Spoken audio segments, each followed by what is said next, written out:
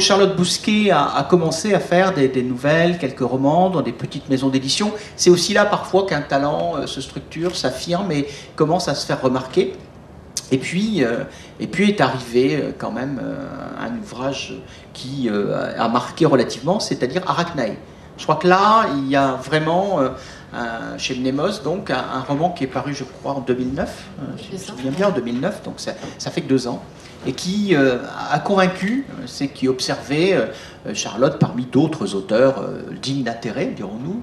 Là, vraiment, un talent qui s'est affirmé. C'est un livre structuré, un livre homogène, un livre puissant, un livre avec de l'ambition littéraire, ça on avait déjà remarqué, un livre avec des personnages extrêmement forts, un livre avec une intrigue structurée, un livre avec un univers, et c'est un univers d'ailleurs suffisamment fort pour que Charlotte Bousquet ait décidé de l'explorer par d'autres ouvrages en fin 2010 ou début 2011 Cythériae, milieu 2010. Ouais, milieu 2010. Un peu après les Imaginales 2010. Voilà, donc presque un roman tous les ans, puisqu'à l'automne, on attend le 3e roman de cette série. Je précise qu'il s'agit de romans indépendants, mais situés dans le même univers, où on retrouve parfois quelques personnages. Le prochain, ça sera Matricia, je crois. Oui. Voilà.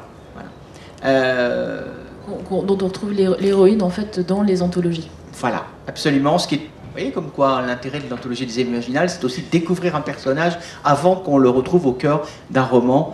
Petite publicité, de toute façon, on a un café littéraire à 15h justement sur l'anthologie, qui s'ouvre, et vous n'en serez pas étonnés, puisqu'il s'agit du coup de cœur du festival, par une nouvelle de Charlotte Bousquet, mais ça on verra ça tout à l'heure.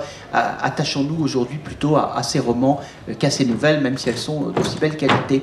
Alors, je crois qu'il y a plusieurs choses qui m'ont frappé, Charlotte, qui m'ont poussé à choisir votre nom comme coup de cœur cette année. C'est d'abord une écriture. Et je crois que vous avez une écriture, alors, on peut la qualifier de flamboyante, peut-être légèrement baroque, en tout cas un vrai style.